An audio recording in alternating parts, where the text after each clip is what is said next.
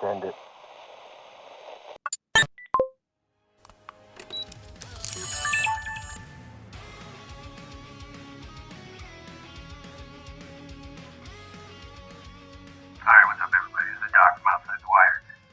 All right, so one of the questions I get asked a lot is, what do I keep in kind of my ready bag, go bag, whatever you want to call it. So I keep a go bag in the truck that I have in case of emergencies that has a few things in it. And I brought it with me. Like when I went to the Ukraine, I brought this bag with me, and I carried it everywhere I went in all the vehicles. I excuse the dogs. We have a couple play dates over for the puppies. And so I carried this bag with me, and it's kind of my emergency bag. This bag should expect to get you to a better situation, right? The intention of a go bag is to get you from crappy point A to better point B so that you can move forward. So that's how I assess my bag is will the items that I have get me from a crappy point A to a better point B. And so that's where I go from. So with my kit, I just carry my standardized kit. I have my communications equipment, I have my amps, I have my ops core, and I have my ATAC for communication as well. I keep a few odds and ends in my back storage, but mostly I don't want to rely on my kit being where I store most of my stuff. I keep tactical and combat equipment in there, but when I talk about, my go bag or anything like that, I want to be able to have most of it available without having my kit on me. Now granted, there's a lot of important things that I keep on my kit that I wouldn't want to be without in the event of a firefight or a tactical situation. But the majority of the stuff that I keep is going to be in the actual bag itself, which has been stripped completely, and we have it all kind of laid out for you. So let's kind of go through it.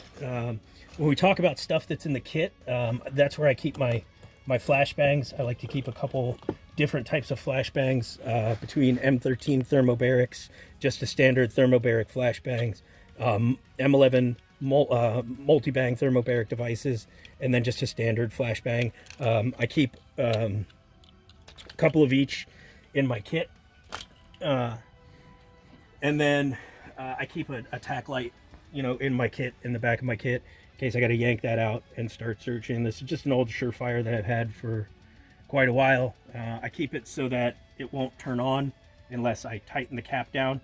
That way I don't lose batteries, and that way the batteries don't corrode over time.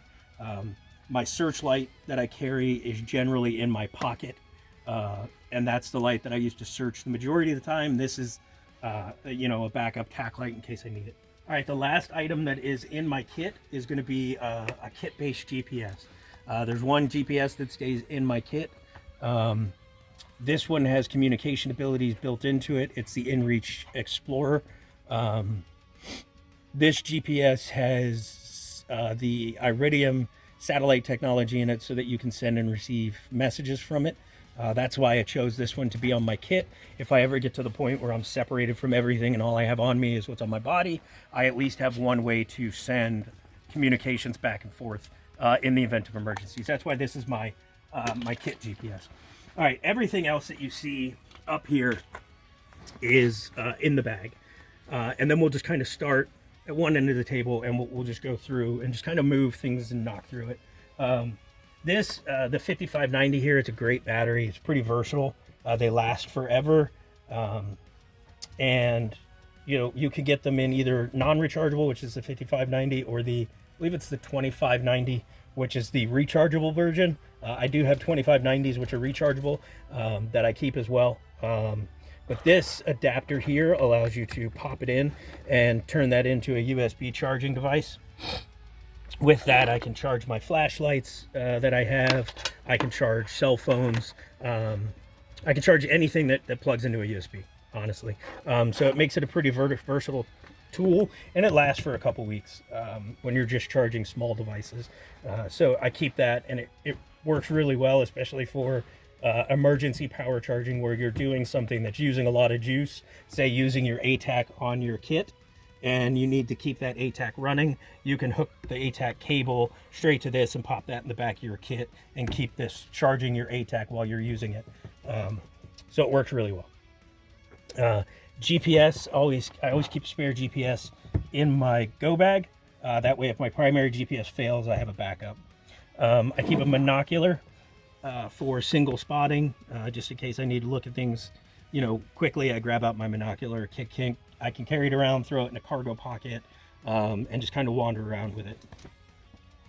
I keep a battery pack. These things are pretty cheap these days. They're pretty easy to get your hands on. This one's made by Mophie.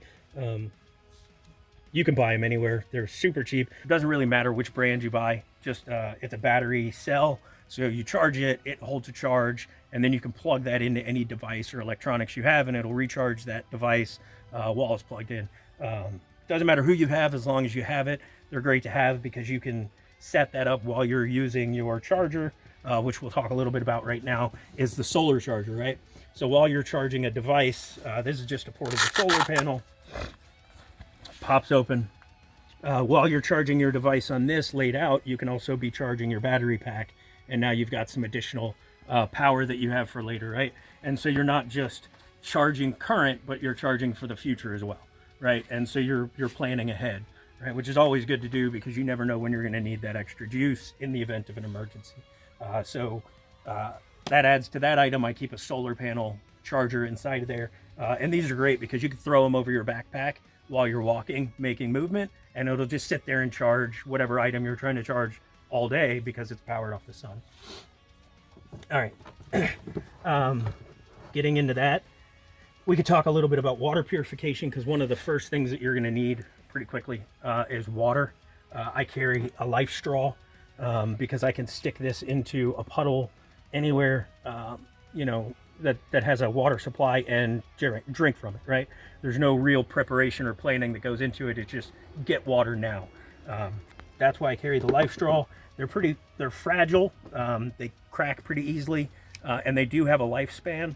But other than that, they're great because they're inexpensive, easy to carry, super lightweight. That's why I like them. On top of that, I carry potassium permanganate.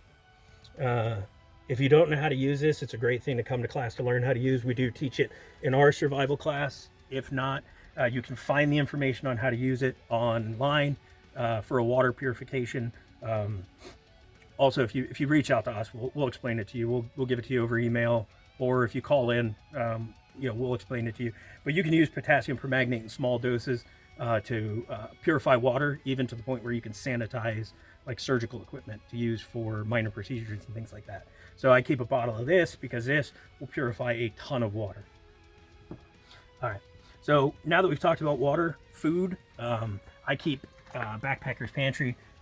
Granted, as a default or as a disclaimer, we do sell Backpacker's Pantry. We didn't when I bought the stuff. I do love Backpacker's Pantry anyway, but we sell Backpacker's Pantry as well as Wise Foods. So we have both that we can get you, but they're great because you keep them in here. They're freeze dried. And then Jetboil. We have Jetboil too. We sell Jetboil. There are other brands. I like Jetboil. I've used it on deployments, things like that. But yeah, Jetboil, this will boil water in like a minute or two. 2 cups of water in a minute or two, and then you can take that, add that to the food, and then you've got a warm meal in about a minute or two.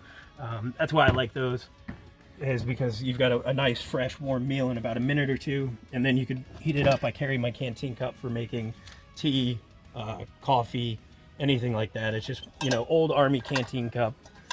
You can either put hot water in it from your Jetboil, or while you're cooking, you can just set this on the fire and let it go right into the heat. It doesn't care. All right, communications. Communications is pretty clutch. I carry a couple different radios. The first one is my Baofeng that I carry on my kit. This is actually, built into my kit. It stays on my frequency, and then I carry a digital radio because there's a little bit of a difference between digital and analog. So I carry a digital radio in my go bag. So that I have digital communications as well for some other purposes. The other thing that I carry is I have an emergency Iridium satellite phone.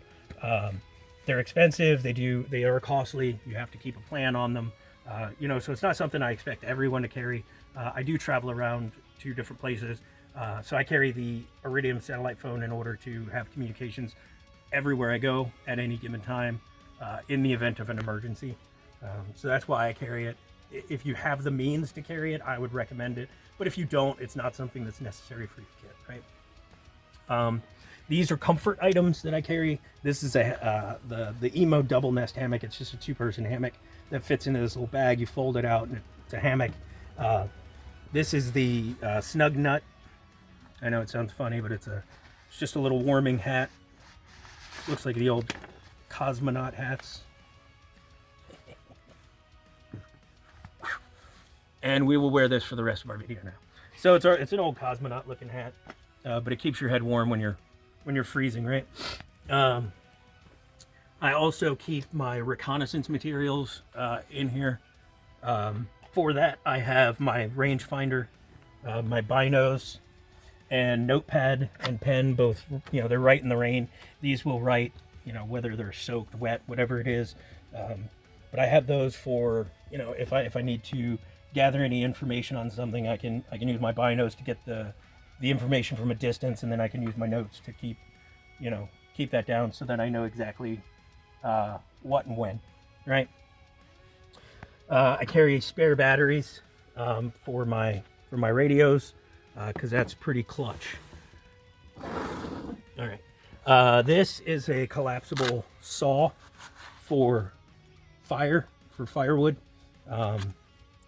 Folds right in half, opens up, and it chops up wood pretty easily. So I carry that in case I have to, make my own fire to keep warm. On top of that, I carry my matches and compass fire starting kit. There's matches, waterproof matches underneath there for starting fires. Headlamp, clutch, keeping a headlamp in your kit so that you can have your hands free while you've got light. I keep my smoke for signaling. This is for when I travel. I keep this in the bag for, again, because I go to Europe. This is for different charging or different plugs. So they use different plugs. So I keep this in there. Again, it's not something necessary for you unless you do travel to different continents. Then you'll find that you can't plug into their outlets. So always make sure that you plan for that if you do travel overseas. The other thing I carry is my lock picking equipment. Carry a lockpick set with padlock shims, lock picking kit, lockpick gun, bump keys, things like that. I carry these in case I need to get into something, right? If ever the need to get through an obstacle that's locked comes, you can use your lockpick kit to get through it. Whatever that is, right? If the need comes for you to bug out, lock picking is going to be a pretty essential skill to have. If you're running away with survival equipment, this skill is going to be pretty clutch. And then having the equipment to do it and the know-how is going to be pretty epic. But there you go.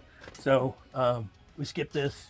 Shout out guy who gave it to me. He knows who he is. Shout out to him. It's my Notre Dame patch.